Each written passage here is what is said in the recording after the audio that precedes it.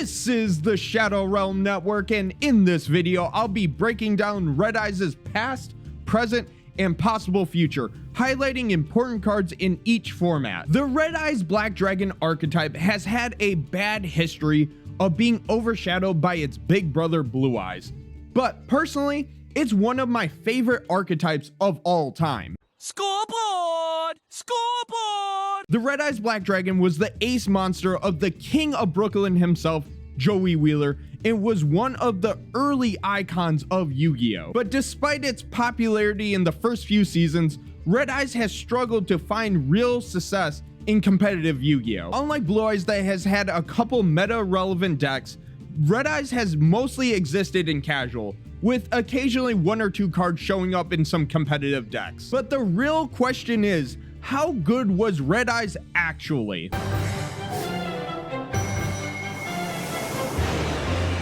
Back in the early days of Yu-Gi-Oh!, Red Eyes was mostly a worse version of Blue Eyes. At 2400 attack, it was weaker than the other tribute monsters like Summon Skull and Jinzo, making it kinda awful. As I've said before, tribute summoning, even in the very beginning of Yu-Gi-Oh!, was too slow, and if you were going to tribute summon, it better be worth it. And being a vanilla monster with 2400 attack was really not worth it. Its first piece of support came in 2002 with Red Eyes Black Metal Dragon, but requiring Metal Morph and being a brick made it completely unplayable. And then right after, it got a fusion monster with Black Skull Dragon, which was also completely useless.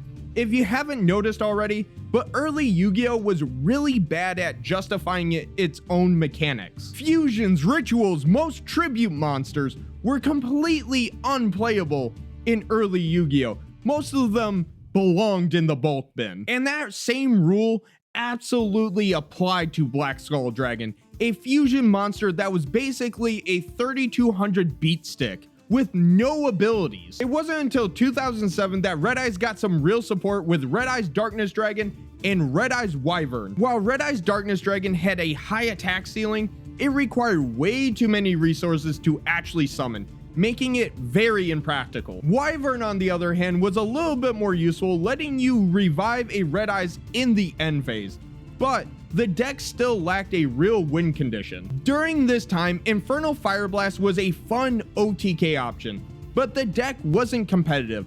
Players would have to wait a few more years before they would get something that actually worked. Ironically enough, Red Eyes saw its first competitive success not in Red Eyes decks, but in Infernities. The key card, Red Eyes Darkness Metal Dragon. Introduced in 2008, Red Eyes Darkness Metal Dragon was an incredible powerful dragon extender that could revive any dragon type monster. Red Eyes Darkness Metal Dragon reads, you can special summon this card from your hand by banishing one face-up dragon monster you control. You can only special summon Red Eyes Darkness Metal Dragon once per turn this way. During your main phase, you can special summon one dragon monster from your hand or graveyard, except Red Eyes Darkness Metal Dragon. You can only use this effect of Red Eyes Darkness Metal Dragon once per turn. This made it a key piece in Dragon Link strategies years later.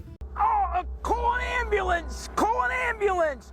But not for me. But in 2010, it was used in Infinity decks to extend big synchro plays. While Red Eyes Darkness Metal Dragon was great, Red Eyes itself still wasn't a playable archetype yet. But that all changes in 2015, where it got a bunch of new support. But before we go over that, don't forget to subscribe. It really helps the channel out, and I really do appreciate it. Comment down below what's your favorite Red Eyes card. But enough of that self-promotion BS, on with the video. In 2015, the Red Eyes archetype got a huge wave of support in the Clash of the Rebellion set, introducing Red Eyes Fusion, Red Eyes Flare Metal Dragon, and a variety of new fusion monsters. Real quick, I just want to mention that Red Eyes Flare Metal Dragon is literally my favorite Yu-Gi-Oh card of all time.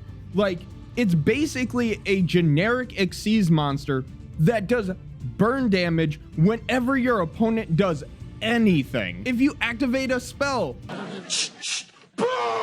If you activate a monster effect, burn! If you look at me funny, burn! If your mom loves you, burn! This new wave of support gave Red Eyes an actual win condition.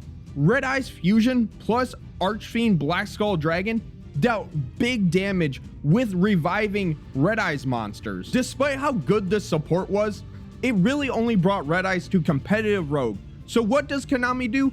Do they give it more support, bringing it up to like actual competitive viability?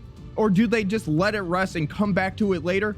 No, they give it more support that barely synergizes with the deck at all, and is more of its own archetype than anything that could fit in a Red Eyes deck.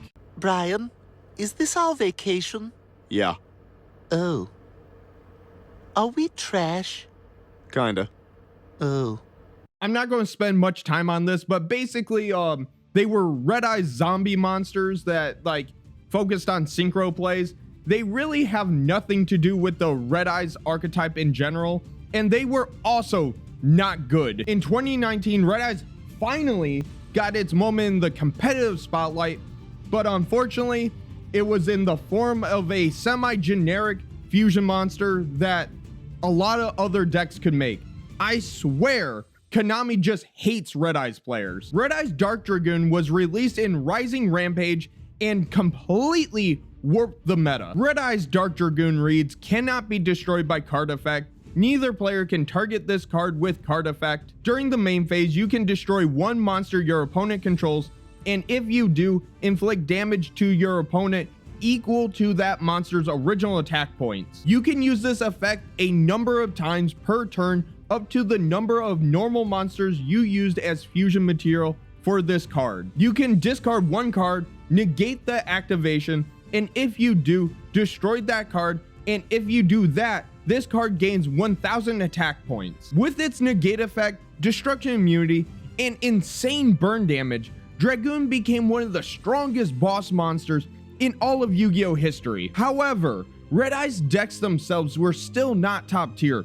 Instead, Dragoon was splashed into everything from Invoke to Shadal to Outlage and even Prank Kids, thanks to Predaplant and Aconda. This led to Dragoon being banned for multiple formats, and once it was gone, Red Eyes was dragged back into the bulk bin. In recent years, Red Eyes has continued to get occasional support, such as Red Eyes Soul, and even a whole new archetype in Metal Morphs, with a new boss monster in Red Eyes Black Full Metal Dragon. Even in addition with the new Primite engine that literally benefits from generic vanilla monsters, which Red Eyes is a generic vanilla monster, it still can't compete with modern meta decks. Most competitive play involving Red Eyes today comes from using Red Eyes Darkness Metal Dragon in Dragon Link decks, or Flare Metal Dragon in Rank 7 strategies. So how good was Red Eyes actually? Well, to put it simply, ain't nobody gonna bring a pure Red Eyes deck to a YCS, and if you do, just God bless ya, you got a fan in me, that's for sure. The problem with Red Eyes is that even though it gets like tons of support, none of it really works together.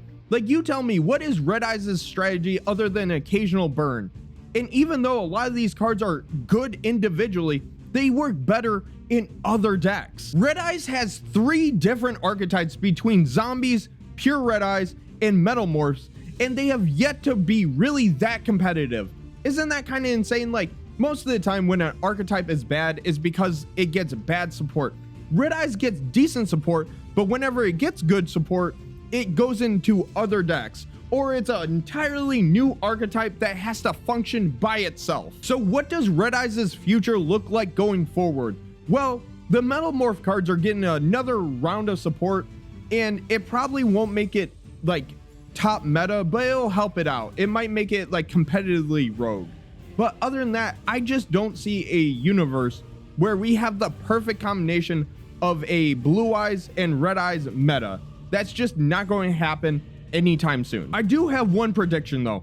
Not only will like the pure Red Eyes strategy get more support, but I do believe Metal Morphs will get one more round of support at some point. Metal Morph is specifically designed after Joey's deck combined with Metal Morph, and we're still missing 2 major pieces of Joey's deck. which is Time Wizard and Baby Dragon. So I could see a world where we do get a Metal Morph upgrade of both those cards. Will those save the archetype? I don't know, but it is something to look forward to most likely. As of right now, if you like winning, I don't recommend Red Eyes, but what I do recommend is my friends at Hollow Games. If you want to compete at the highest level of Yu-Gi-Oh! Or any other card game, you gotta check out their TCG store and personal website. Links down below, and I'll see you guys next time.